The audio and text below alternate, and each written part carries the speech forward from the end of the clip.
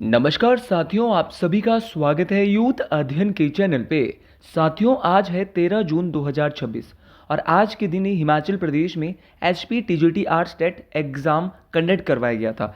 साथियों, जिसकी मैं जीके की एक्यूरेट आंसर की आपके बीच लेके आ चुका हूँ।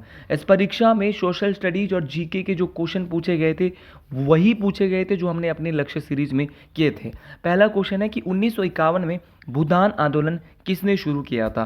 तो ये लक्ष्य सीरीज में हमने बहुत दफ़ा ये क्वेश्चन देखा था कि भूदान आंदोलन जो है वो विनोबा भावे के द्वारा किया गया था। हमने ये भी पढ़ा था इसकी शुरुआत कब हुई थी। तो भूदान आंदोलन की शुरुआत 18 अप्रैल 1951 को तेलंगाना के पोचमपल्ली से इसकी शुरुआत होती है भूदान आंदोलन की।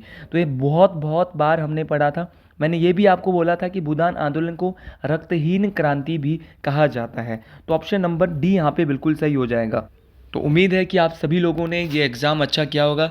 थोड़े बहुत करंट अफेयर के क्वेश्चन जरूर थे जिन्होंने आपको परेशान किया होगा। हिमाचल जीके के बहुत ज़्यादा क्वेश्चन सीधे क्वेश्चन नहीं थे, लेकिन फिर भी आपने यहाँ पे इन क्वेश्चन को अच्छा से कर दिया होगा। तो भारत छोड़ो आंदोलन के समय भारत का वायसरॉय कौन था। तो जब भारत में भारत छोड़ो आंदोलन हुआ था, कब हुआ था, 1942 में। तो उस समय जो भारत के जो वॉइसरॉय थे वो थे लॉर्ड लिनलिथगो। देखिए, लॉर्ड लिनलिथगो की बात करें तो उनका कार्यकाल तो था वो 1936 से 1943 तक था। इसीलिए भारत छोड़ो आंदोलन भारत में कब होता है, 8 अगस्त 1942 को होता है। इसीलिए उस समय लॉर्ड लिनलिथगो क्या थे, भारत के वॉइसरॉय थे। तो ऑप्शन नंबर सी हमारा बिल्कुल सही हो जाना था। उसी प्रकार आपके लॉर्ड रीडिंग, आपको बताइए लॉर्ड रीडिंग का कार्यकाल कब से कब तक था। ठीक है, आपके लॉर्ड विलियम बेंटिंक 1828 से 1835 तक आए थे, भारत के प्रथम गवर्नर जनरल थे। उसी प्रकार आपका सती प्रथा पर भी रोक लगाई थी हमने। ये सारे क्वेश्चन इनके बारे में पढ़ लिए थे।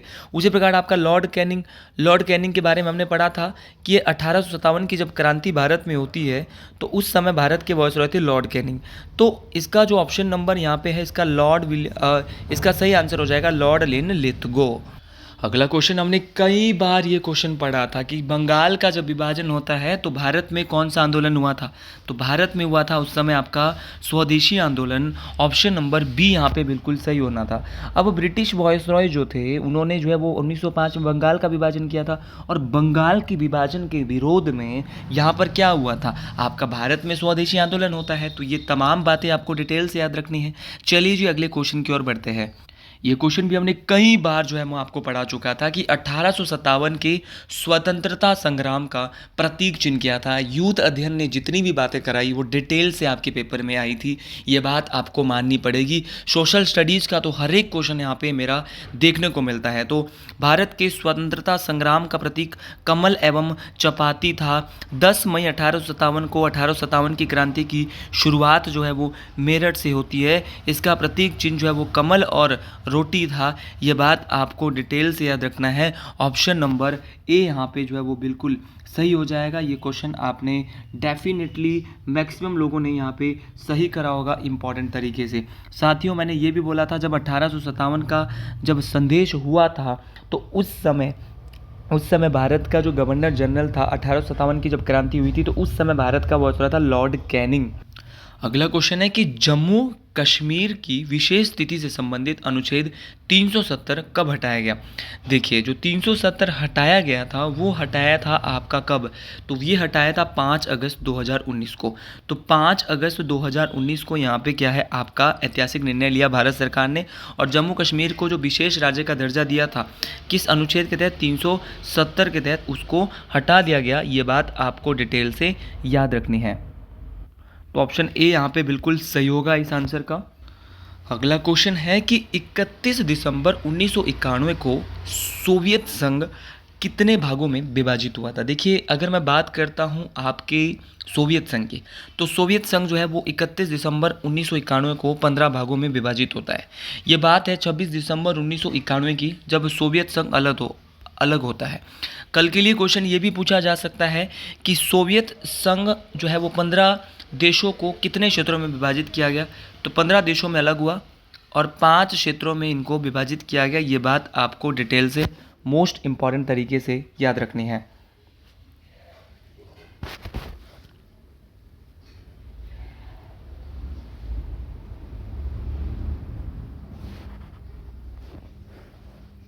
अब सेम क्वेश्चन को हमने कई बार पढ़ा था कि 1864 में किस वॉइसरॉय ने शिमला को ग्रीष्मकालीन राजधानी घोषित किया था। कल ही मैंने अपनी जो लक्ष्य सीरीज नंबर 43-44 है वहाँ पे पढ़ाया था कि वो कौन से वॉइसरॉय थे जिनके द्वारा शिमला को ग्रीष्मकालीन राजधानी जो है वो घोषित किया था। तो वो थे सर जॉन लॉरेंस।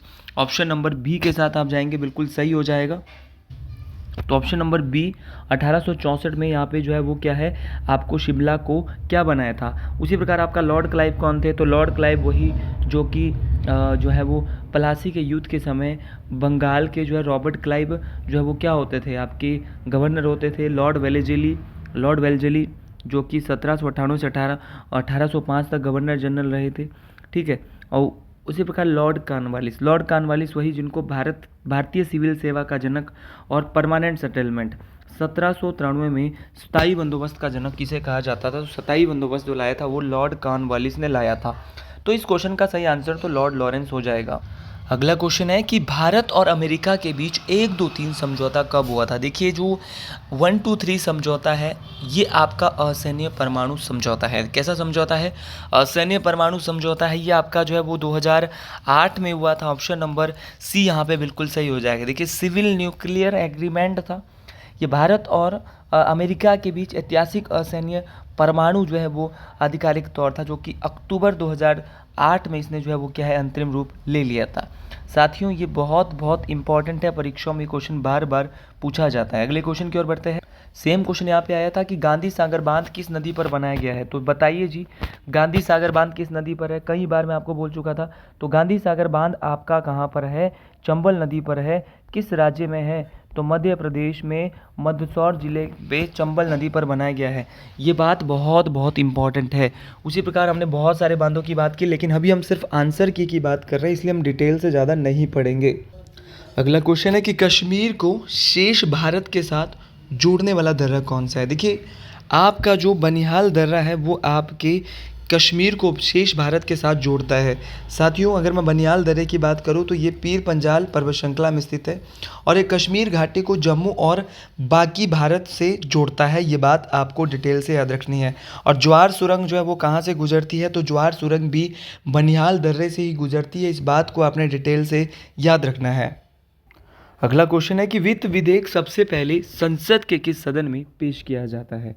तो वित्त विधेयक जो है वो लोकसभा में ही पेश किया जाता है। ऑप्शन बी यहाँ पे बिल्कुल सही हो जाएगा। साथियों वित्त विधेयक को लोकसभा में ही पेश किया जाता है क्योंकि भारतीय संविधान में जो नियम है उनके अनुसार वित्त विधेयक और मनी बिल या फाइनेंस बिल से जुड़े जो आपको इसको लोकसभा में क्यों पेश किया जाता है, क्योंकि वित्त विधेयक जो है वो केवल लोकसभा में ही पहले पेश किया जाता है। जैसे कि विशेषकर मनी बिल होता है आपका, क्योंकि इसको पेश करने से पहले भारत के राष्ट्रपति की सिफारिश या फिर उनकी सहमति अनिवार्य होनी चाहिए कि भाई जब तक राष्ट्रपति हाँ नहीं करेगा तब तक आप इस विधेयक को जारी नहीं कर सकते।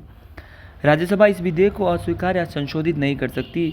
वो उसको मतलब कि वित्त विधेयक को जो जितने भी फाइनेंशियल बिल होगी राज्यसभा सिर्फ इनको अपने पास 14 दिन तक रोक सकती है, इससे ज़्यादा नहीं रोक सकती।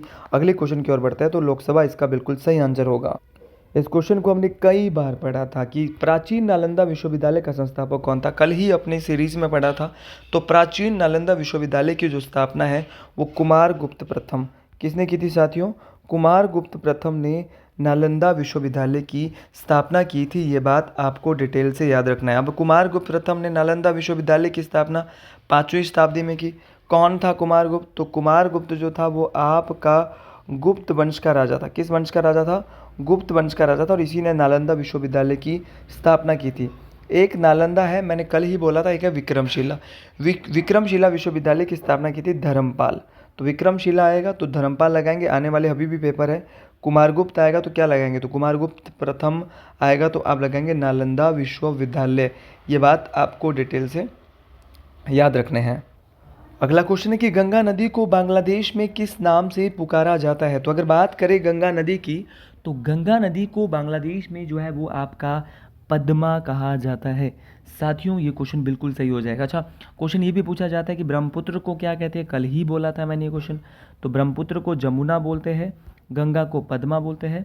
और जमुना और पद्मा जब इकट्ठी मिलती है, जमुना और पद्मा क्या है, जब पद्मा भी मिल गई जमुना भी मिल गई तो क्या बनाया, मेघना। क्या बनाती है, आपका मेघना बनाती है। ये बात आपको डिटेल से याद रखना है। अगला क्वेश्चन है कि प्रसिद्ध नील विद्रोह कहाँ हुआ था। तो प्रसिद्ध नील विद्रोह जो है आपका कहाँ हुआ था, तो वो आपका बंगाल में हुआ था।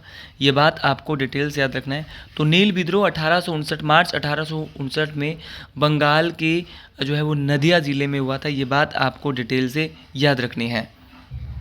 तो ये आपको बिल्कुल सही रखना है। और नील विद्रोह जो ये हुआ था वो 1859 1860 के आसपास हुआ था, जहाँ पर बंगाल के किसानों को अपनी उपजाऊ ज़मीन पर धान की बजाय ज़बरदस्ती नील की खेती करने के लिए मजबूर किया जाता था, और उसके बदले उनको बहुत कम ना तो पैसा दिया जाता था और किसान को कर्ज के जाल में फंसा दिया जाता था। तो ये बात आपको डिटेल से याद रखना है। चलिए अगले क्वेश्चन की ओर बढ़ते हैं।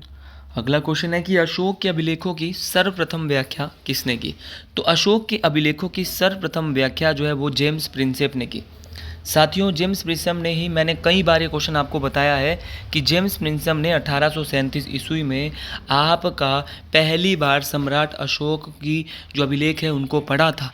क्या मैंने ये क्वेश्चन आपको नहीं बताया भाई? कई बार मैं ये क्वेश्चन आपको पढ़ाया है कि जेम्स प्रिंसेप ने अशोक की शिलालेखों को सबसे पहले पढ़ा।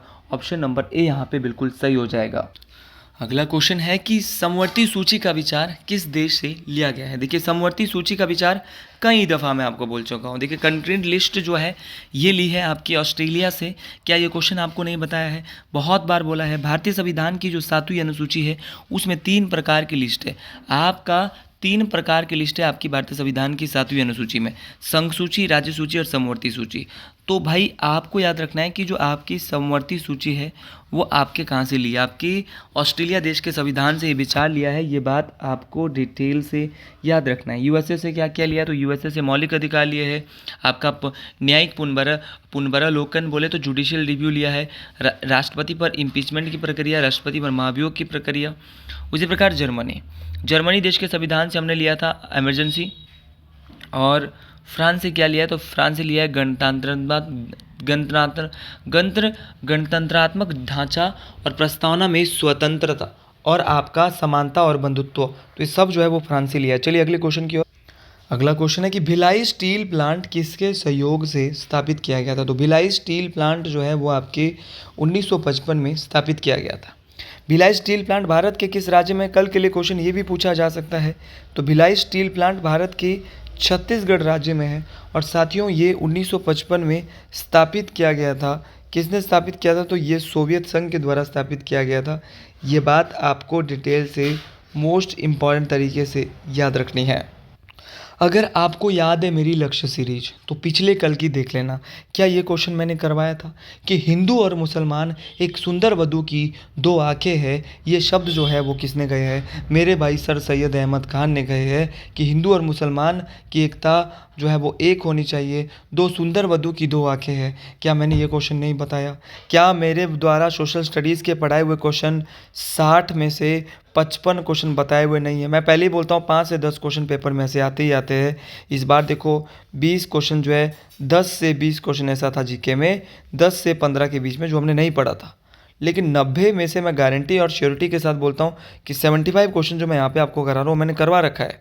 बेशक आपने नहीं पढ़ा, आपने कम पढ़ा, लास्ट में पढ़ा, वो आपकी गलती है, वो मेरी गलती नहीं। मैंने वीडियो कंप्लीट करा के दी थी, करंट अफेयर भी पहले भी करवाए थे। तो 90 में से आप कम से कम ये मान लीजिए 75 से 80 क्वेश्चन मेरे को ऐसे लगते हैं जो बहुत ही एक्यूरेसी के साथ हमने डिटेल से पढ़े। तो सर सैयद अहमद जो खान है उन्होंने कहा था कि हिंदू और मुसलमान एक सुंदर वधू की 2 आंखें हैं। यह शब्द जो है वो सर सैयद अहमद खान ने कहे थे। ये बात आपको डिटेल से याद रखने हैं।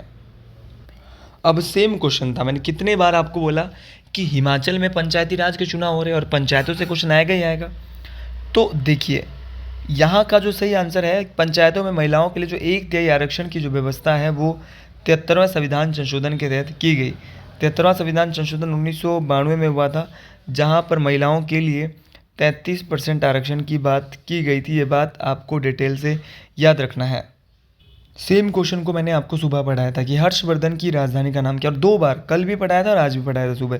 तो हर्षवर्धन की राजधानी का नाम था कनौज, और कनौज जो हर्षवर्धन की राजधानी थी। ये बात आपको डिटेल से याद रखनी है। ऑप्शन नंबर डी आप 110 का लेके चलेंगे। अगला क्वेश्चन है कि भाभा परमाणु अनुसंधान केंद्र कहाँ स्थित है। देखिए भाभा एटॉमिक रिसर्च सेंटर, क्या ये क्वेश्चन नहीं करवाया था? बहुत सारे क्वेश्चन तो करवाए थे मैक्सिमम। तो भाभा परमाणु अनुसंधान संस्थान जो है वो ट्रॉम्बे में है। ऑप्शन नंबर बी यहाँ पे बिल्कुल सही हो जाएगा। तो भाभा परमाणु अनुसंधान संस्थान को शॉर्टकट में बार्क भी कहते हैं। क्या कहते हैं? बार्क कहते हैं। और इसका जो मुख्यालय है वो ट्रॉम्बे मुंबई में है। बहुत बहुत इंपॉर्टेंट है, परीक्षाओं में पूछा जाता है। और भाभा परमाणु अनुसंधान संस्थान की स्थापना जो है वो होमी जहांगीर बाबा, क्या बोलते हैं? होमी जहांगीर बाबा। तो होमी आपका आपका क्या नाम था इनका? तो होमी जहांगीर, डॉक्टर होमी जहांगीर बाबा जो है इनके द्वारा 1954 में परमाणु ऊर्जा संस्थान ट्रॉम्बे के रूप में स्थापना की गई थी। बहुत बहुत इम्पॉर्टेंट है। श्रीहरिकोटा, जितने भी मिसाइल प्रशिक्षण है वो आंध्र प्रदेश श्रीहरिकोटा के सतीश धवन अंतरिक्ष केंद्र से किए जाते हैं। और यहाँ पर जो इसरो का ये मिसाइल प्रक्षेपण केंद्र है, ये बात आपको डिटेल से याद रखना है।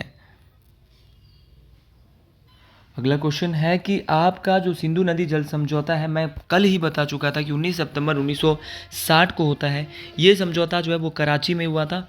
भारत के प्रधानमंत्री जवाहरलाल नेहरू और पाकिस्तान के राष्ट्रपति अयूब खान के बीच। कई बार ये क्वेश्चन मैं आपको बता चुका हूँ। ऑप्शन नंबर सी यहाँ के साथ जाएंगे। इन क्वेश्चन को पढ़ाते पढ़ाते मैं थक गया था कि वर्तमान में हड़प्पा कहाँ पर है। तो हड़प्पा वर्तमान में जो है आपका पाकिस्तान में, महादेव की कृपा से आपको याद रखना है, पाकिस्तान के साहिवाल ज़िले में है। हड़प्पा जो है वो किस नदी के किनारे है? तो हड़प्पा आपका रावी नदी के किनारे। हड़प्पा की खोज राय बहादुर दयाराम साहनी के द्वारा की गई थी। ये सभी क्वेश्चन बहुत बहुत इंपॉर्टेंट है, परीक्षाओं में पूछे जाते हैं। तो ना जाने ये क्वेश्चन कितने बार किया है कि सिंधु घाटी सभ्यता की जो खोज है वो दयाराम साहनी ने की। वो सबसे पहले जो खोजा गया स्थल है वो 1921 में खोजा था, जिसका नाम आपका हड़प्पा था। तो ऑप्शन नंबर सी यहाँ पे इसका बिल्कुल सही हो जाएगा। और हड़प्पा आपका पाकिस्तान में। देखो मैंने पहले ही बोला था को रिलेट करके क्वेश्चन आएंगे। सोशल स्टडी जो हमने पढ़ा था, को रिलेट करके भाई क्वेश्चन आए हुए थे। ये क्वेश्चन थोड़ा अच्छा क्वेश्चन और बेहतरीन क्वेश्चन था। क्वेश्चन था कि महाभारत का जो युद्ध है वो आपका 18 दिनों तक चला था। ऑप्शन नंबर बी यहाँ पे बिल्कुल सही हो जाएगा। और महाभारत का जो युद्ध है वो कुरुक्षेत्र हरियाणा में कौरवों और पांडवों के बीच लड़ा गया था। बहुत बहुत इम्पॉर्टेंट है, ये यहाँ पे इम्पॉर्टेंट रहेगा। और भगवत गीता जो है वो युद्ध के पहले दिन भगवान कृष्ण ने अर्जुन को गीता का उपदेश दिया था। ये क्वेश्चन भी पूछा जा सकता है। चलिए जी अगले क्वेश्चन की ओर। सेम क्वेश्चन कई बार मैंने आपको बोला था, लक्ष्य सीरीज में कई बार पढ़ाया था कि भारत ने अपना पहला परमाणु परीक्षण कब किया था। तो भारत ने अपना पहला परमाणु परीक्षण किया था 18 मई 1974 को। और याद रखना है ये पहला सफल परीक्षण जो है वो राजस्थान के पोखरण में, ये भी मैंने बोला था कहाँ पे किया था। तो राजस्थान के पोखरण में पहला परमाणु परीक्षण किया था। ये क्वेश्चन के बारे में हमने कई बार पढ़ा था। और जो पहला परमाणु परीक्षण किया था उसका एक कोड था और उस कोड का नाम था स्माइलिंग बुद्धा। ये क्या ये क्वेश्चन हमने पढ़ा था कि नहीं? कई बार पढ़ा था भाई। अब आप भूल जाएं वो अलग बात है ना, लेकिन टीचर नहीं भूलता जिन्होंने करवाया होता है। पेपर के दौरान हो सकता है कि थोड़ा सा प्रेशर ज़्यादा हो। तो पहला परमाणु परीक्षण हमने बहुत ही ध्यान से पढ़ा था पोखरण के राजस्थान पोखरण में स्माइलिंग बुद्धा के नाम से 18 मई 1974 को हुआ था। अगला क्वेश्चन, और ये क्वेश्चन भी मैंने 100 बार आपको पढ़ाया था कि 1857 के विद्रोह में अहम भूमिका निभाने वाले मंगल पांडे किस बटालियन से थे। भाई मैंने 10 बार बोला था अपने लक्ष्य सीरीज में 34वीं नेटिव इन्फेंट्री। भाई बोला था कि नहीं बोला था? कमेंट बॉक्स के माध्यम से बता दो कितने ऐसे क्वेश्चन हैं जो मैंने आपको नहीं कराए थे। एक एक क्वेश्चन हर एक बात बताई थी भाई साहब आपको। और अगर आपको फिर भी डाउट है तो लक्ष्य सीरीज को जाके देख लो, हर एक क्वेश्चन मेरे भाई किया था। और साथ में ये भी बोलता था कि 34वीं बंगाल इन्फेंट्री सबसे पहले फांसी पे चढ़ाया 8 अप्रैल 1857 को। और ये सारी बातें हम यहाँ पे करते थे। तो ये तमाम बातें बहुत सही थी, आपको हर एक बात डिटेल से बताई थी। कल वाली जो सीरीज हुई थी वहाँ पर एक साथ बोला था कि अजंता और एलोरा की गुफाएं भारत की महाराष्ट्र में स्थित है, इनको यूनेस्को में 1983 में डाला गया। ऐसे डाला था मैंने यार वो भी वहाँ पे। देखो भाई सेम क्वेश्चन आए थे। तो ये है लक्ष्य सीरीज। लो कितने बार ये क्वेश्चन यहाँ पे नहीं कराया था कि नाटो क्या है। तो तो नाटो का पूरा नाम मैंने पहले तो मैं नाटो का पूरा नाम बोलता था कि नाटो का पूरा नाम है नॉर्थ अटलांटिक ट्रीटी ऑर्गेनाइजेशन। और नाटो जो है वो एक प्रकार का क्या है, सैनिक गठबंधन है, मिलिट्री अलायंस है, जो कि अगर एक देश पे हमला हुआ तो सभी देशों पे हमला माना जाता है। ये भी मैंने बोला, नाटो की स्थापना हुई थी 4 अप्रैल 1949 को। नाटो के प्रमुख जो है वर्तमान में कौन है, नाटो का मुख्यालय कहाँ है, नाटो के बारे में एक एक बात मैं बताता हूँ। मेरी लक्ष्य सीरीज को या मेरी जीके वाली वीडियोस को जिन बच्चों ने देखा होगा डेफिनेटली उन्होंने एसपी टेट को क्लियर किया होगा। अगला क्वेश्चन कि अशोक ने कलिंग की राजधानी किसे बनाया। तो अशोक के द्वारा कलिंग की जो राजधानी है वो तोसाली किसको बनाया गया भाई, तो तोसाली को अशोक ने कलिंग की राजधानी बनाया। मैंने कई बार बोला है कि कलिंग का युद्ध जो है वो जीता था अशोक ने कब, तो ये क्वेश्चन मैं मानता हूँ, इस क्वेश्चन के बारे में शायद ही मैंने अपने जो हमारी पेड क्लासेस है वहाँ पे तो एक बार बोला भी था, लेकिन यूट्यूब के माध्यम से मैंने ये क्वेश्चन पहली बार ही देखा है और ये क्वेश्चन मैंने यूट्यूब के माध्यम से कभी डिटेल से नहीं बताया था, तो ये नई चीज़ हमको मिली है।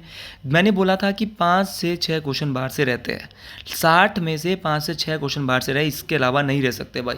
तो तोसाली को क्या बनाया था, अशोक ने अपनी यहाँ पे राजधानी बनाया था।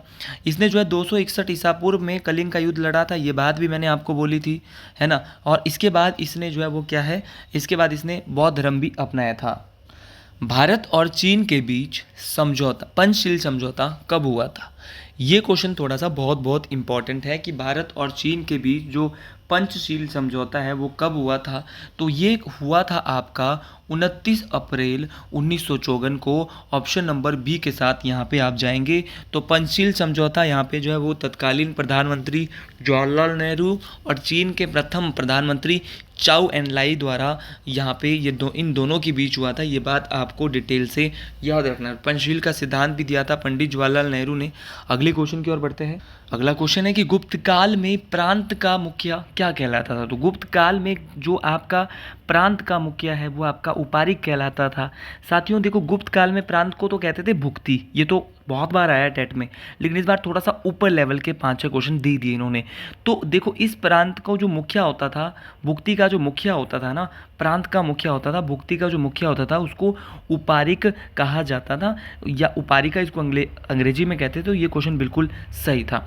भुक्ति तो देखो प्रांत का नाम होता था, न कि उसके मुखिया का होता था। ग्रामिक क्या होता था, तो ग्रामिक ग्राम के मुखिया को कहा जाता था, जो कि प्रशासन की उस समय सबसे छोटी इकाई थी। मंडलेश्वर क्या होता था, तो मंडलेश्वर जो है आमतौर पर भात के काल का होता था। चलो भाई अगले क्वेश्चन की ओर बढ़ते हैं। सुबह ही मैराथन नंबर 2 डाली थी कि नहीं डाली थी। 4 क्वेश्चन आए थे उसमें से, पूरे 4 से 5 क्वेश्चन गिन के आए थे भाई साहब। जिसने अंदर जाते हुए ना, क्लास में अंदर जाते हुए वीडियोस देख ली थी, 5 क्वेश्चन तो उसी के बने होंगे। उससे पहले सुबह लक्ष्य सीरीज हुई थी, मैंने बोला था अगर कल शाम से लेकर अभी तक भी मेरी वीडियो देखोगे तो 20 से 25 क्वेश्चन बनेंगे, और वो बने, डेफिनेटली बने। जिन बच्चों ने देखा होगा, सांची का स्तूप भोपाल में है, यूनेस्को में कब डाला, 1989 में। भाई साहब सांची का स्तूप किसने बनवाया, अशोक ने बनवाया। कहाँ पर है, मध्य प्रदेश की राजधानी आपका कहाँ पर है, भोपाल में है। तो हर एक बात हम यहाँ पे करते हैं। अब अगला क्वेश्चन है कि भारत और पाकिस्तान की जो सीमा है उस आयोग के अध्यक्ष कौन थे। तो भारत और पाकिस्तान की सीमा के जो आयोग के जो अध्यक्ष थे वो थे सर रेडक्लिफ। भाई जब भारत और पाकिस्तान की सीमा का निर्धारण किया था, विभाजन किया था 1947 में, तो भारत और पाकिस्तान की सीमा का नाम भी रेडक्लिफ है। ये तो आपने नॉर्मल ही पकड़ लिया होगा। तो अध्यक्ष भी कौन थे, सर रेडक्लिफ थे। कई बार हमने ये क्वेश्चन पढ़ा था। जॉन साइमन, आप जानते हो इनके बारे में, साइमन कमीशन के अध्यक्ष थे। लॉर्ड मैकमोहन कौन थे, तो भारत और चीन के बीच जिन्होंने सीमा का निर्धारण किया था, मैकमोहन रेखा इनके नाम से है। सरदार वल्लभ भाई पटेल सभी लोग जानते हैं, स्वतंत्र भारत के पहले गृह मंत्री, और भारत की रियासतों की एकीकरण में महत्वपूर्ण भूमिका निभाई थी सरदार वल्लभ भाई पटेल ने, और सरदार की उपाधि इनको दी थी बारदोली की महिलाओं ने। अगला क्वेश्चन, भाई ये क्वेश्चन हमने क्यों नहीं किया था, कई बार किया था। बर्लिन की दीवार लक्ष्य सीरीज में 2 बार आया था ये क्वेश्चन, प्रीवियस ईयर में पहले भी आया हुआ है कि बर्लिन की जो दीवार है ना वो कब गिराई गई। तो ये गिराई गई थी 9 नवंबर 1989 को, ठीक है, क्योंकि उस समय शीत युद्ध चला हुआ था, कोल्ड वॉर चला हुआ था, और जो है वो कोल्ड वॉर के अंत और जर्मनी के एकीकरण का प्रतीक बना था। तो याद रखना है, ये दीवार तो बनी तो थी कब, 1961 में, लेकिन गिराई कब, 1989 में।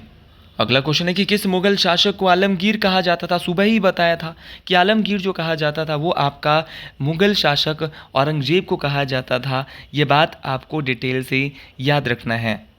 भाई साहब, दिल्ली भारत की राजधानी कब बनी? कितने बार ये क्वेश्चन नहीं बताया। तो दिल्ली भारत की राजधानी बन गई थी 1911 में, क्योंकि 12 दिसंबर 1911 को दिल्ली दरबार हुआ था और भारत की राजधानी कलकत्ता से दिल्ली स्थानांतरित करने की घोषणा की थी। ये बात आपको डिटेल से याद रखनी है। तो ऑप्शन नंबर सी यहाँ पे बिल्कुल सही हो जाएगा। अब मैंने कई बार ये क्वेश्चन भी बोला था कि निम्न में से कौन सा देश यूएनओ का सुरक्षा परिषद का स्थायी सदस्य देश नहीं है। कल ही बोला था, एक ट्रिक याद करवाया था ABCFR से। अब कैसे याद रखना था? अमेरिका, ब्रिटेन, चाइना, फ्रांस और रशिया। तो 5 देश ऐसे जो स्थायी है। तो अब यहाँ बोला, मैंने बोला, ये भी बोलता था कि कौन सा है कौन सा नहीं है, कई बार बोलता था। तो अमेरिका भी है ऑप्शन में, ब्रिटेन भी है, चाइना भी है, फ्रांस भी है, चीन भी आ रहा है, फ्रांस भी आ रहा है, रूस भी आ रहा है, लेकिन जापान यहाँ पे स्थायी देश नहीं है। तो ऑप्शन नंबर डी। ऐसे पकड़ने होते हैं आंसर, क्योंकि पहले पढ़ना होता है ध्यान से, तब जाके बात बनती है। इसीलिए मैं बोलता हूँ शुरू से लेकर अंत तक मेरी वीडियोस को देख लिया करो, बहुत बहुत मज़ा आता है। ये क्वेश्चन सुबह ही करवाया था कि अकबर की जीवन कथा को किसने लिखा। अकबर की जीवन कथा का नाम क्या था? आपका अकबरनामा था। और अकबरनामा के जो रचयिता थे वो अबुल फजल थे। किसको नहीं पता है अबुल फजल? सुबह ही पढ़ाया था भाई साहब। अकबरनामा अबुल फजल के द्वारा लिखी गई थी, जिसको आईने अकबरी, ये बात बहुत बहुत इम्पॉर्टेंट है। ये पुस्तक जो मूल रूप से फारसी भाषा में बहुत हर एक बात बताता था मैं, बहुत डिटेल से। कितने बार ये क्वेश्चन नहीं डिस्कस करवाया कि सार्क की स्थापना कब हुई, सार्क में कितने देश है, सार्क में कौन कौन से देश है, ट्रिक लगाया, एक एक बात बताई, एग्जैक्ट डेट बताई, स्थापना कहाँ हुई, ढाका में हुई, मुख्यालय की स्थापना कब हुई, 1987 में हुई, लेकिन खुद इसकी स्थापना कब हुई, 85 में ढाका में, मुख्यालय कहाँ पर है, काठमांडू में।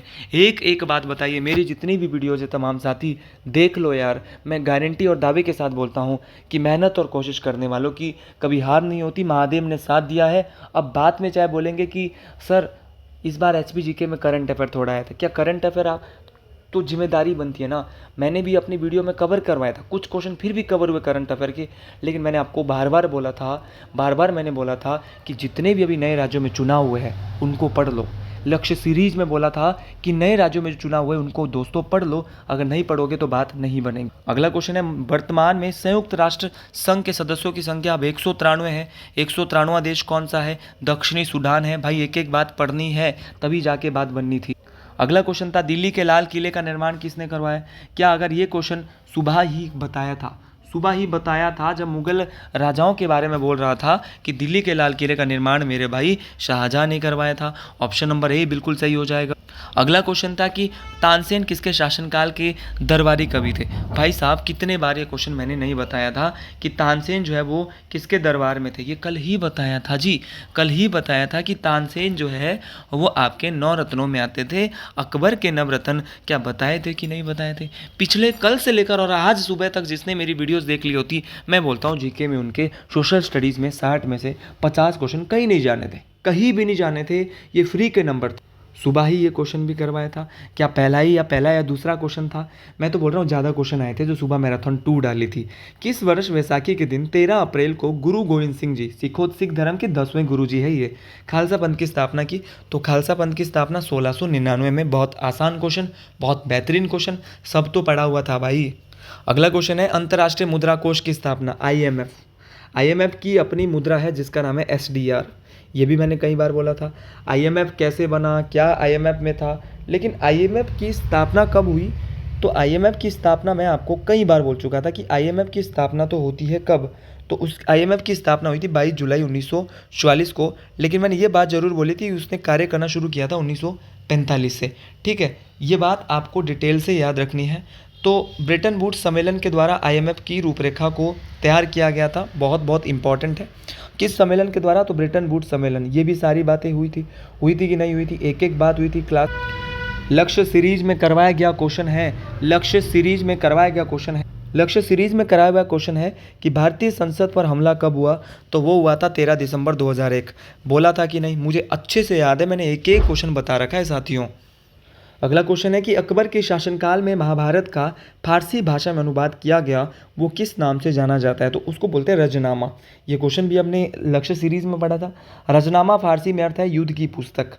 ठीक है, ये बात आपको डिटेल से याद रखना है। अगला क्वेश्चन है कि शाहजहाँ के काल में कौन सा यूरोपीय यात्री भारत आया था, तो वो आया था आपका पीटर मुंडी। तो पीटर मुंडी भारत आया था। पीटर मुंडी एक ब्रिटिश व्यापारी या यात्री था। ये क्वेश्चन हमने ज़्यादा यहाँ पे नहीं देखा था, लेकिन आगे के लिए आप इसको ज़रूर याद रखें।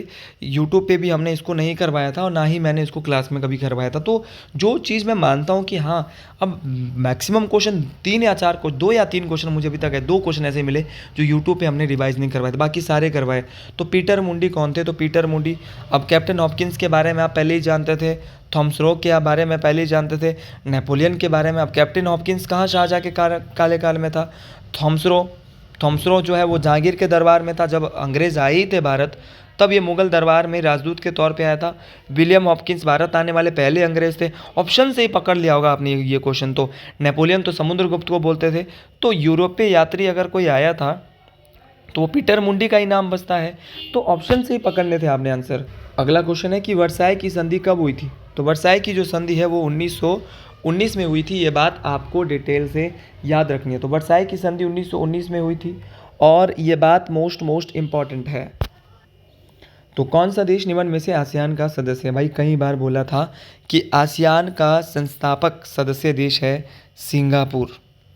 चाइना, इंडिया और अमेरिका, ये तीनों ही आसियान के सदस्य देश नहीं हैं। ये बात आपको डिटेल से याद रखना है। आसियान में पहले 10 थे, अब 11 देश होने वाले हैं आसियान में। ठीक है, क्योंकि तिमोर लिस्टे इसका अब 11वां देश बन रहा है। तो ये तमाम बातें आपको याद रखनी है। और 8 अगस्त 1967 को आसियान की स्थापना होती है। ये भी मैंने कई बार आपको बोला था। हल्दी घाटी का सुबह ही पढ़ा रखा है भाई, मुझे ना महादेव की कृपा इतनी अपरंपार है कि जो जो सुबह पढ़ा रखा है वही तो आया है। 1576 में अकबर की मुगल सेना की ओर से कौन था, मानसिंह था, और यहाँ से महाराणा प्रताप था, उनका घोड़ा जो है वो चेतक यहाँ पे मारा गया था। तो तमाम बातें मैंने आपको बोली थी। चलो जी अगले क्वेश्चन।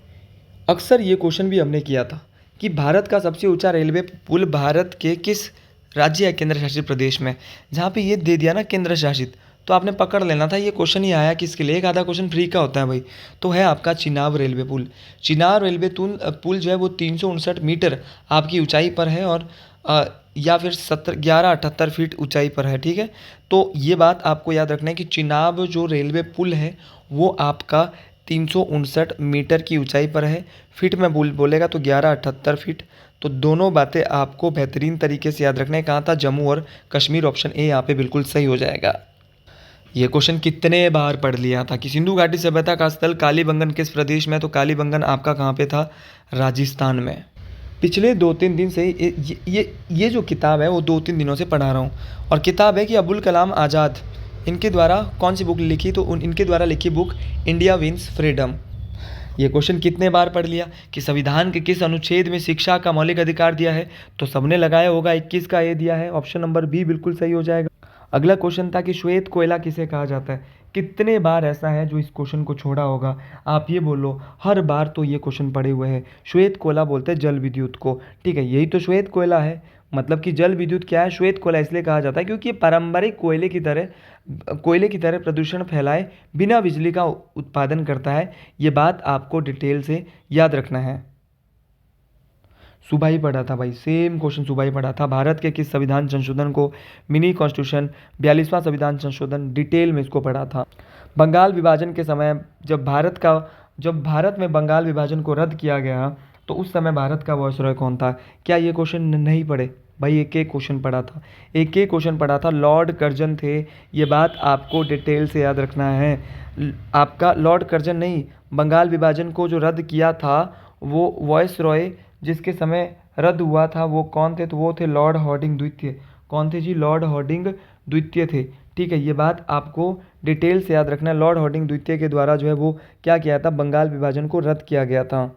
सेम क्वेश्चन को एक बार हमने पहले भी पढ़ा है कि विश्व इतिहास की झलकियाँ जवाहरलाल नेहरू की रचनाएं हैं। ऑप्शन नंबर सी बिल्कुल सही हो जाएगा। अगला क्वेश्चन है कि पर्ल हार्बर क्या है। तो पर्ल हार्बर एक जो है वो नौसैनिक अड्डा था। ये बात आपको डिटेल से याद रखना है। किस देश का? तो अमेरिका का एक नौसैनिक अड्डा था। 3 दिन पहले 41 या 42 नंबर लक्ष्य सीरीज में पढ़ा था। नंबर बता रहा हूँ मैं तो, किस सीरीज में पढ़ा था। तो सोशल स्टडीज़ के 3 क्वेश्चन ऐसे थे जो हमने नहीं पढ़े थे 60 में से 57। ये देख लो भाई स्कोर हमारा। ये है यूथ अध्ययन, ठीक है। अगर किसी ने ध्यान से पढ़ा होगा तो, और मिनिमम जो नॉर्मल बच्चा है ना, नॉर्मल 45 प्लस रहा होगा, 45-50, 45 और 50 के बीच रहे होंगे मैक्सिमम, क्योंकि आपने गलती करी होगी यहाँ पे। लेकिन जिसने नीतिगरम से पढ़ा होगा उसके 55 बने। अब 55 तो यहाँ बन गए। अब बच्चे कितने? अब एसबीजीके में भी कुछ क्वेश्चन तो बन ही गए होंगे, 10, 15, 20, 30 में से 10 तो बन ही गए होंगे, 10 इंग्लिश में बने होंगे आपके, 15 क्वेश्चन साइको में, 10 या 15, तो इतने ही तो बनाने थे आपको। 20-20 क्वेश्चन मैं बोल रहा हूँ कि उन सेशन में 20-20 गलत कर दो तब भी आपका टेट क्लियर हो रहा है। तो भाई और क्या चाहिए आपको? तो 90 ही चाहिए था, 90 और 82 चाहिए थे ना। तो यही बात मैं आपको समझा रहा था कि सोशल स्टडीज, मेरी वीडियोस को ध्यान से देख लो। अगर देखोगे नहीं तो बात कैसे बनेगी। अब हम जनरल नॉलेज जीके यहाँ पे देख लेते हैं। जो सेक्शन 2 यहाँ पे था, भारत में विशेष आर्थिक क्षेत्र अधिनियम 2005 आधिकारिक रूप से सेज नियमों के साथ किस तिथि को लागू हुआ। देखिए जो ये सेज नियम है, इसकी जो लागू होने की जो तिथि है वो क्या है, ये क्वेश्चन कहीं ना कहीं अपने आप में बहुत बहुत इम्पॉर्टेंट है। देखिए भारत में जो विशेष आर्थिक क्षेत्र थे वहाँ पर जो अधिनियम था सेज, इसको जो है वो किस तिथि की नियमों के साथ लागू किया गया था। तो इसका जो राइट आंसर होगा वो क्या होगा? तो इसका राइट आंसर होगा आपका क्या? तो इसका राइट आंसर था 10 फरवरी 2006, ऑप्शन नंबर ए। अगला क्वेश्चन है कि भारत में जनगणना से संबंधित निम्नलिखित कथनों पर विचार कीजिए। अब देखो लेवल थोड़ा बढ़ा रहे भाई। अब कथन थे, थोड़ी नॉलेज तो आपको लगानी थी, और मैंने बोला था जनगणना को थोड़ा ध्यान से पढ़ लो। तो जनगणना का संचालन जनगणना अधिनियम 1948 के प्रावधानों के अंतर्गत किया जाता है। देखिए ये क्वेश्चन बिल्कुल सही है, क्योंकि भारत स्वतंत्रता के बाद जनगणना का जो कानूनी ढांचा तैयार करने के लिए जनगणना अधिनियम 1948 में पास किया गया था, और इसी कानून के साथ देश में हर 10 साल के बाद होने वाली जनगणना का संचालन किया जाता है। अब 1948 में ये बात आपको याद रखनी है। दूसरा था, इस अधिनियम से संबंधित विधेयक को तत्कालीन गृह मंत्री सरदार वल्लभ भाई पटेल के द्वारा प्रस्तुत किया गया। जी बिल्कुल, अनुच्छेद 246 के अंतर्गत राज्य सूची शामिल है। और माफ़ी चाहूँगा आपका, जो ये आपका सरदार वल्लभ भाई पटेल ने जो ये विधेयक संसद में लाया था, और देश के जो पहले ये गृह मंत्री होते थे, और इन्होंने जो है भारत की जनगणना को एक मजबूत और वैधानिक आधार देने के लिए बिल को पेश किया था। ये भी सही, ये भी सही है।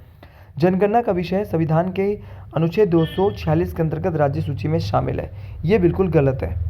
अच्छा चौथा देखते हैं। चौथा विषय था कि यह विषय संविधान की 7वीं अनुसूची में क्रम संख्या 69 पर संघ सूची में उल्लिखित है। क्या बेहतरीन क्वेश्चन थे। जी हाँ बिल्कुल सही है भाई साहब, ये भी है।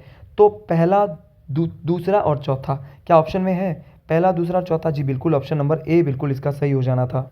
अब वही बात कि दक्षिण पूर्व एशियाई राष्ट्रों का संगठन आसियान की स्थापना कब हुई? तो आसियान की स्थापना 8 अगस्त 1967 को, ऑप्शन नंबर बी यहाँ पे बिल्कुल सही हो जाएगा। इसका भी बिल्कुल सही है। आसियान हुई जिसको association of south east Asian Nations कहा जाता है। कितने बार मैंने आपको बताया था, हर एक बात तो बताई थी मैंने। अगला क्वेश्चन है कि निम्नलिखित खिलाड़ियों को उनकी ओलंपिक उपलब्धियों के संबंध में दिए गए योगदानों पर विचार करें। देखिए आपको मैं यहाँ पे बताता हूँ। पहला, अभिनव बिंद्रा 2008 में बीजिंग ओलंपिक में स्वर्ण जीतने वाले पहले भारतीय थे। ये क्वेश्चन मैं टेट में कई बार आपको बता चुका हूँ, आपको दिमाग से पढ़ना था, 2.5 घंटे को एनालाइज करना था। ये क्वेश्चन बिल्कुल सही है। दूसरा था, नीरज चोपड़ा 2020 में टोक्यो ओलंपिक में भाला फेंक में स्वर्ण पदक जीता। क्या ये बात सही है? जी हाँ बिल्कुल करेक्ट बात थी। भाला फेंक में टोक्यो ओलंपिक हुआ था 2020 में, और यहीं पर 87.858, मेरे को अभी भी याद है, 87.58 मीटर भाला फेंका था नीरज चोपड़ा ने और स्वर्ण पदक जीता था। मनु भाकर ने पेरिस ओलंपिक जो था, पेरिस ओलंपिक में 2 कांस्य पदक जीते थे। क्या ये बात सही है? मनु भाकर ने 2 कांस्य पदक जीते। अरे डेफिनेटली तो जीते। 2024 में उन्होंने इतिहास रचा। एक तो उन्होंने महिलाओं की जो 10 मीटर एयर पिस्टल है, एक उसमें जीता सरबजोत सिंह के साथ, और जो कि मिक्स टीम में जीता, और एक उसने अकेले जीता। कथन 4 क्या है कि पीवी सिंधु 2 ओलंपिक पदक 2016, एक 2020 में। ये गलत बात है। पीवी सिंधु ने 2 ओलंपिक पदक जरूर जीते हैं, लेकिन वो 2016 में रियो ओलंपिक में एक रजत जीता था, एक क्या जीता था आपका, एक जीता था उसने आपका मतलब कि रजत जीता था, एक सिल्वर जीता था। रजत मतलब कि सिल्वर जीता था उसने, लेकिन गोल्ड उसने नहीं जीता था। स्वर्ण पदक पीवी सिंधु ने कभी नहीं जीता है। तो ये मुझे लग रहा है कि ऑप्शन 1 2 3 वाला बिल्कुल सही है। ऑप्शन 1 2 3 था यहाँ पे, बिल्कुल था भाई। कितना आसान था, मैं बिना आंसर किए के कर रहा हूँ, ठीक है। क्योंकि देखो यार, नॉलेज तो देख लो, पढ़ना पढ़ के ही होती है नॉलेज, जब हम पढ़ते हैं। क्या मैंने ये क्वेश्चन आपको करंट अफेयर में नहीं करवाया था? करवाया तो था मेरे भाई, कि वर्ष 2025 का नोबेल शांति पुरस्कार, और मैं बार बार बोलता हूँ शांति का नोबेल पढ़ लो, हर साल आता है, मारिया कोरिना मचाडो को दिया गया, वेनेजुएला देश की है। मैंने ये भी बोला था इनके बारे में। अगला क्वेश्चन था कि मई 2026 में डब्ल्यूएचओ ने किन देशों में फैले इबोला प्रकोप को अंतर्राष्ट्रीय चिंता की सार्वजनिक स्वास्थ्य आपातकाल घोषित किया है? देखिए वो किस देश में किया था। तो देखिए, एक आपका मई 2026 में डब्ल्यूएचओ ने जो है वो आपका वो कौन सा देश है जहाँ पर जो है इन्होंने जो है वो आपका जो इबोला जो प्रकोप है उसको अंतर्राष्ट्रीय चिंता का सार्वजनिक आपातकाल घोषित किया है। तो वो कहाँ किया था, ये क्वेश्चन थोड़ा सा बहुत बेहतरीन क्वेश्चन था, इंपॉर्टेंट क्वेश्चन था। तो इस क्वेश्चन का आंसर मैं आपसे पूछूंगा, और इस क्वेश्चन का जो सही आंसर था वो मेरे मुताबिक जो यहाँ पे जो सही आंसर था वो था आपका कांगो गणराज्य और युगांडा। तो कांगो गणराज्य और युगांडा, ऑप्शन नंबर बी मुझे यहाँ पे जैसा कि लग रहा था कि कांगो लोकतांत्रिक गणराज्य और युगांडा में जो है आपकी जो ये इबोला जो प्रकोप है ये फैला था, जिसको जिसकी चिंता के लिए जो है PHEIC का मतलब है public health emergency of international concern. तो public health emergency of international concern मतलब कि ये विश्व स्वास्थ्य संगठन द्वारा घोषित की जाने वाली सबसे बड़ी चेतावनी या आपातकाल की इमरजेंसी की एक स्थिति होती है, जब कोई बीमारी अंतर्राष्ट्रीय स्तर पर फैलने के लिए खतरा होती है। तो ये एक बड़ी बीमारी आ रही है जिसका नाम है आपका इबोला प्रकोप। कई दफ़ा मैं ये क्वेश्चन भी आपको बोल चुका हूँ। प्रधानमंत्री नरेंद्र मोदी को हाल ही में घाना के राष्ट्रीय सम्मान से सम्मानित किया गया, और सम्मान का नाम था आपका क्या? तो the officer of the order of the star of घाना नहीं, बल्कि इससे भी आपको एक मतलब कि, तो वैसे तो उस इस जो पुरस्कार का नाम था वो कुछ और था। यहाँ पे थोड़ा सा यहाँ पे जो है वो गलत यहाँ पे इन्होंने मिसकरेक्ट दे दिया है ऑप्शन में, लेकिन मुझे जो लग रहा है यहाँ पे जो सही आंसर है वो यही है, option number C, the officer of order of the star of Ghana. तो प्रधानमंत्री नरेंद्र मोदी को घाना का सर्वोच्च राष्ट्रीय सम्मान यहाँ पे मिला है, और ये उन्हें जो है वो घाना के राष्ट्रपति के द्वारा यहाँ पे प्रदान किया गया। ऑप्शन नंबर सी बिल्कुल सही हो जाएगा। ये एक बहुत अच्छा क्वेश्चन था कि आपका हाल ही में पैरासी पैरासीने मेलेसिया खासियाना नामक कवक फंगस की एक नई प्रजाति की खोज भारत के किस राज्य में की गई है? तो इसकी खोज मेघालय की जो खासी की पहाड़ियाँ हैं वहाँ पर जो मौसिन राम क्षेत्र है वहाँ पर हुई है, ठीक है। इसीलिए इसका नाम जो है यहाँ पे मौसिन राम क्षेत्र में हुई है, तो इसलिए इसका नाम खासियाना रखा है। तो खासियाना एक कवक है जिसकी खोज जो पैरासिन मेलेसिया जो खासियाना है ये आपका मिला है, आपका कहाँ पर? तो डिटेल से आपको याद रखना है, ये मेघालय में मिला है। ऑप्शन नंबर डी यहाँ पे बिल्कुल सही हो जाएगा। ऑप्शन सेम क्वेश्चन लक्ष्य सीरीज में किया था। भारत में प्रत्येक 28 फरवरी को नेशनल साइंस डे मनाया जाता है, और इस बार जो है उसकी थीम क्या थी? मैंने बोला था कि आएगा क्वेश्चन। तो इसकी जो थीम थी वो थी वुमेन इन साइंस कैटलाइजिंग विकसित भारत। भाई साहब मैंने ये क्वेश्चन करवाया था, मुझे अभी भी याद है, बहुत डिटेल से करवाया था, इंपॉर्टेंट तरीके से करवाया था। बस कमी पता क्या रहती है कि बंदे सोचते हैं कि हम तब मेहनत करेंगे जब यहाँ पर क्या होगा, थोड़ा टाइम रहेगा और कम टाइम में हम कर लेंगे। अरे ऐसे नहीं होता, समय देना पड़ता है तब जाके बात बनती है। अगला क्वेश्चन है कि 15 अप्रैल 2026 को बिहार के मुख्यमंत्री, मैंने बोला था कि सम्राट चौधरी बने थे, नीतीश कुमार को छोड़कर कौन बन गए? अब सम्राट चौधरी बन गए। जब मैंने आपको बोला था कि वर्तमान में तमिलनाडु के राज्यपाल कौन है, तभी मैंने आपको बोला था कि हिमाचल के राज्यपाल जो है वो अब तमिलनाडु में पहुंच चुके हैं, और तमिलनाडु के मुख्यमंत्री जो बने हैं वो बने हैं आपके कौन? विजय विजय जोसेफ विजय, ठीक है, जो हीरो है। और अब वहाँ के जो राष्ट्रपति है वो राजेंद्र विश्वनाथ अर्लेकर है। ये क्वेश्चन मैंने आपको बोला था, जोसेफ विजय मुख्यमंत्री बने और राजेंद्र विश्वनाथ अर्लेकर क्या बने? वहाँ के राज्यपाल। भाई मैंने बोला था जितने भी नए राज्यों के मुख्यमंत्री बने वहाँ के राज्यपाल और सीएम याद कर लो, ये सीटें भी याद कर लो, किस पार्टी ने कितनी सीटें जीती है। अगला क्वेश्चन है कि अब सीएम विजय की पार्टी थी, मैंने ये भी बोला था टीवीके। भाई टीवीके ने कितनी सीटें जीती है? तो टीवीके ने 108 सीटें जीती है। बोलो, मैंने करंट अफेयर की थोड़ी सी वीडियो पढ़ाई थी, वहीं पढ़ा दी थी ये क्वेश्चन, और देखो टीवीके को जो मिली है वो 108 सीटें मिली है, ठीक है। लेकिन टीवीके की सबसे बड़ी पार्टी बनकर कैसे उभरी? तो उसने जो है वो उसको 118 सीटें लेनी थी। तो टीवीके ने थोड़ी सी मदद ली और उनकी जो है गठबंधन के बाद कितनी होगी, 118 सीटें हो गई। अगला क्वेश्चन है कि सामुदायिक वन संसाधन अधिकार किस अधिनियम के तहत मान्यता प्राप्त एक अधिकार है जो ग्राम सभाओं को पारंपरिक वनों के प्रबंधन का अधिकार देता है। देखिए, जो आपका जो सामुदायिक वन संसाधन अधिकार है, जिसको CFRR कहा जाता है साथियों, ये अधिकार अनुसूचित जनजाति और अन्य जो पारंपरिक वन के जो निवासी है, जिनको वन अधिकारों की जो मान्यता है, वो वन अधिकार अधिनियम FRA 2006 इसको कहा जाता है। तो FRA 2006 कहाँ पर है? फॉरेस्ट राइट एक्ट 2006, मतलब कि वन संसाधन अधिकार की वनों पर भी थोड़ा बहुत अधिकार हो सकता है। और ये ग्राम सभा और उनके पारंपरिक वन संसाधनों की रक्षा, पुनर्जीवन और संरक्षण के प्रबंधन करने का कानूनी तरीका है। पर्यावरण संरक्षण अधिनियम 1986 जो कि पर्यावरण की रक्षा की बात करता है। अगले क्वेश्चन की बात करते हैं, जैव विविधता अधिनियम 2002। अगला क्वेश्चन है कि संकटग्रस्त पौधों एवं जंतुओं की प्रजातियों को दर्शाने के लिए अंतर्राष्ट्रीय प्रकृति संरक्षण संघ IUCN द्वारा कौन सी पुस्तक तैयार की जाती है? देखिए, IUCN का पूरा नाम है international union for conservation of nature. इसकी स्थापना हुई है 1948 में और इसने पहली बार रेड डाटा बुक इसने प्रकाशित की थी कब? 1964 में। तो ये निकालता है रेड डाटा बुक, और पहली रेड डाटा बुक निकाली थी 1964 में। ऑप्शन नंबर बी यहाँ पे सही हो जाएगा।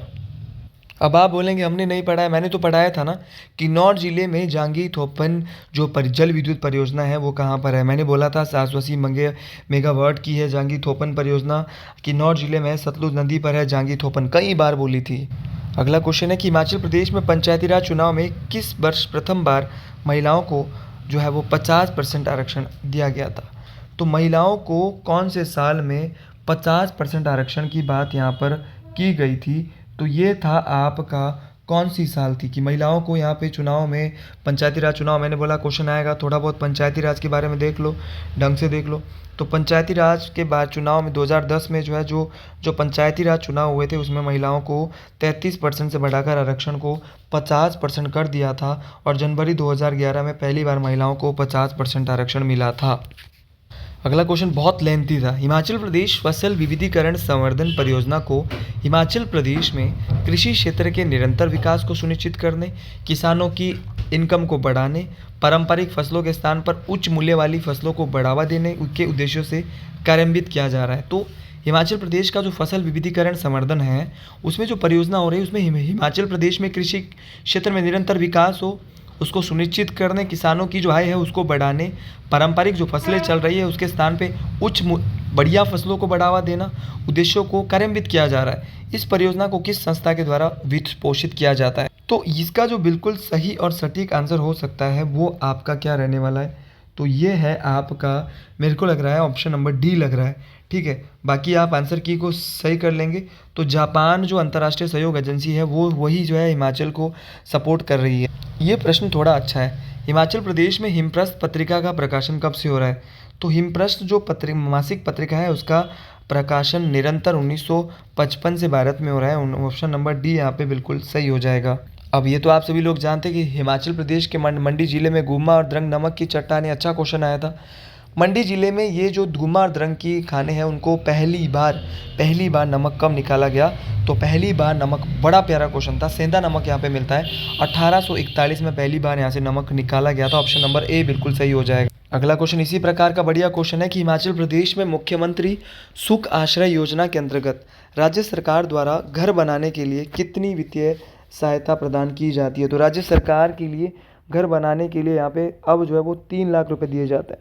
तो अनाथ बच्चों और पात्र लाभार्थियों को घर बनाने के लिए 3 लाख रुपए मुख्यमंत्री सुख आश्रय योजना के तहत दिए जाते हैं, जहाँ पे 3 बिस्वा या ग्रामीण क्षेत्रों में कितनी ज़मीन है इस योजना के तहत 3 बिस्वा, और जो आपकी शहरी क्षेत्र है वहाँ पे 2 बिस्वा। अगला क्वेश्चन था कि केंद्र सरकार के इलेक्ट्रॉनिक और सूचना प्रौद्योगिकी मंत्रालय द्वारा आयोजित डिजी लॉकर 2025 राष्ट्रीय कार्यशाला में हिमाचल सरकार कौन सा पुरस्कार प्रदान किया है? तो हिमाचल प्रदेश ने जो आपका पुरस्कार प्रदान किया है तो केंद्र सरकार के इलेक्ट्रॉनिक्स और सूचना प्रौद्योगिकी मंत्रालय के द्वारा नई दिल्ली में डिजी लॉकर यहाँ पे 2025 कार्यक्रम किया गया है। मैंने करंट अफेयर में क्वेश्चन को कवर किया है। तो यहाँ पे हिमाचल प्रदेश को पीपल फर्स्ट इंटीग्रेशन अवार्ड, देख लो मेरे करंट अफेयर की 4 या 5 वीडियो आई है, क्या उसमें है या नहीं? देख लो तमाम साथियों को सेम क्वेश्चन आए थे। अब आप बोलेंगे पढ़े हुए नहीं थे।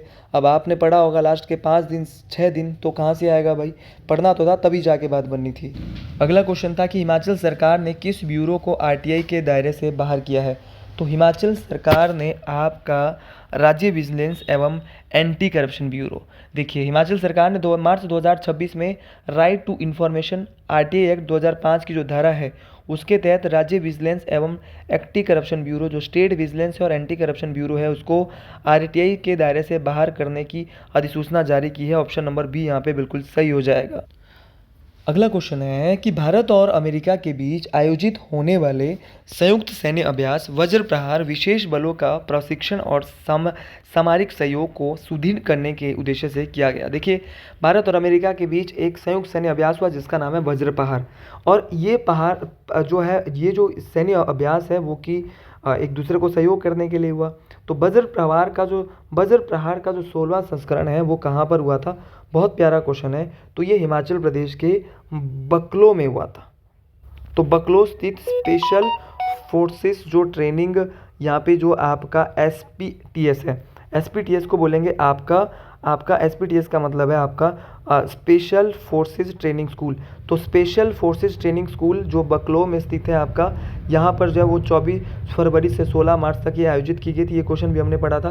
भारतीय सेना के विशेष बल के 35 जवान यहाँ पे थे और अमेरिका सेना के विशेष बल के 12 जवान यहाँ पे थे। तो ये दोनों ही बातें हमने डिटेल से पढ़ी थी। तो सही क्वेश्चन, इस क्वेश्चन का आंसर है कि वित्तीय वर्ष 2024-25-26 में यहाँ पे आंकड़ों के संदर्भ में निम्नलिखित कथनों पर विचार कीजिए। पहला कथन है भारतीय अर्थव्यवस्था की वृद्धि 7.4 रहने का अनुमान है। बिल्कुल सही बात है भाई, ये तो सही बात है। हिमाचल प्रदेश की आर्थिक वृद्धि 8.3 आंकी गई है। तो हिमाचल प्रदेश के जो मुख्यमंत्री हैं उन्होंने ये पेश किया था विधानसभा में कि हिमाचल प्रदेश की जो रियल जीएसडीपी ग्रोथ रेट है वो 8.3 है, और ये जो राष्ट्रीय वृद्धि दर औसत दर है उससे अधिक है। अब राष्ट्रीय वृद्धि दर इन्होंने बोला 7.4 है, और विधानसभा की बात पेपर में डाल दी इन्होंने। अगला क्वेश्चन, और यहाँ पे ये था कि हिमाचल प्रदेश जो ऑप्शन नंबर 3 था, देखो इस बार अब ये बोल रहे कि आने वाले समय में स्टेटमेंट बेस्ड क्वेश्चन आने हैं। अब एसपी टेट भी हम सीधा नहीं देंगे। तो हिमाचल प्रदेश की जो राज्य की जो पर कैपिटा इनकम है वो 2,83,626, जो कि देश की प्रति व्यक्ति आय से 2,19,725 अधिक है। तो देखो ये भी यहाँ पे मुझे सही ही लग रहा है, बाकी आप इसको एक बार चेक कर लेना। तो मुझे लग रहा है कथन 1 2 3 तीनों सही है। अगला क्वेश्चन है कि हाल ही में 2026 में इटालियन ओपन पुरुष एकल का खिताब किसने जीता।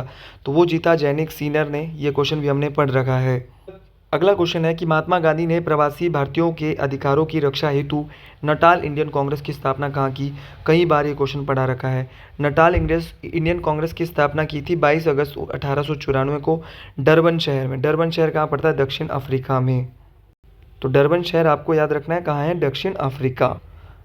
अगला क्वेश्चन है कि भारत के उपराष्ट्रपति के पद हेतु निर्धारित संवैधानिक योग्यताओं के संदर्भ में निम्नलिखित में से कौन सी शर्त आवश्यक नहीं है। तो यहाँ पे पहला है प्रत्याशी का स्नातक होना, ये आवश्यक नहीं है भाई। प्रत्याशी भारत का नागरिक हो, ठीक है। प्रत्याशी की उम्र 35 वर्ष हो, प्रत्याशी राज्यसभा का सदस्य चुने जाने के योग्य हो। तो बाकी ये तीनों सही है, लेकिन ये स्नातक होना, ग्रेजुएट होना कोई संविधान में नहीं लिखा है। ऑप्शन नंबर ए बिल्कुल गलत है।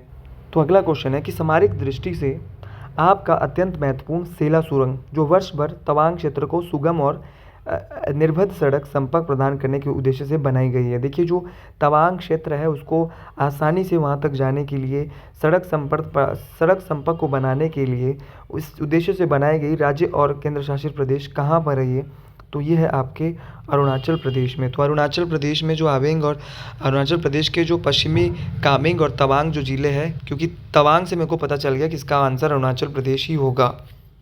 देखो यार हिमाचल जीके मैं आपको बोल रहा हूँ कि लास्ट के जो जनरल जीके आया था ये सेक्शन 2, यहाँ पे भी कम से कम 30 में से 20 क्वेश्चन तो हमने कराए थे। 10 क्वेश्चन बाहर से आया था, मानता हूँ 10 क्वेश्चन आया था, लेकिन 20 से 22 क्वेश्चन कराया हुआ आया था, 7-8 क्वेश्चन ही बाहर से आया था। अब देखो नाटो का मुख्यालय कहाँ पर है, तो किसको पता नहीं कि नाटो का मुख्यालय बेल्जियम में है, सबको तो पता था भाई। और अगला क्वेश्चन है कि ग्रेट मॉस्क्यू ऑफ किल्बा, तो ग्रेट मॉस्क्यू ऑफ किल्बा महान मस्जिद मध्यकालीन सुहेलटी तट की एक महत्वपूर्ण इस्लामी स्थापत्य धरोहर मानी जाती है। निम्नलिखित में से किस देश में है? तो ग्रेट मॉस्क्यू ऑफ किल्बा, तो किल्बा की जो महान मस्जिद है वो तंजानिया देश में स्थित है। क्या तंजानिया ऑप्शन में था? डेफिनेटली था। तो ये तमाम क्वेश्चन आपको सही करने हैं। बाकी जिनका आगे पेपर है, बाकी साइकोलॉजी की आंसर की और इंग्लिश के आंसर की मैं आपको शाम के 10 बजे तक अपलोड कर दूंगा। तमाम साथियों को राधे राधे, हर हर महादेव।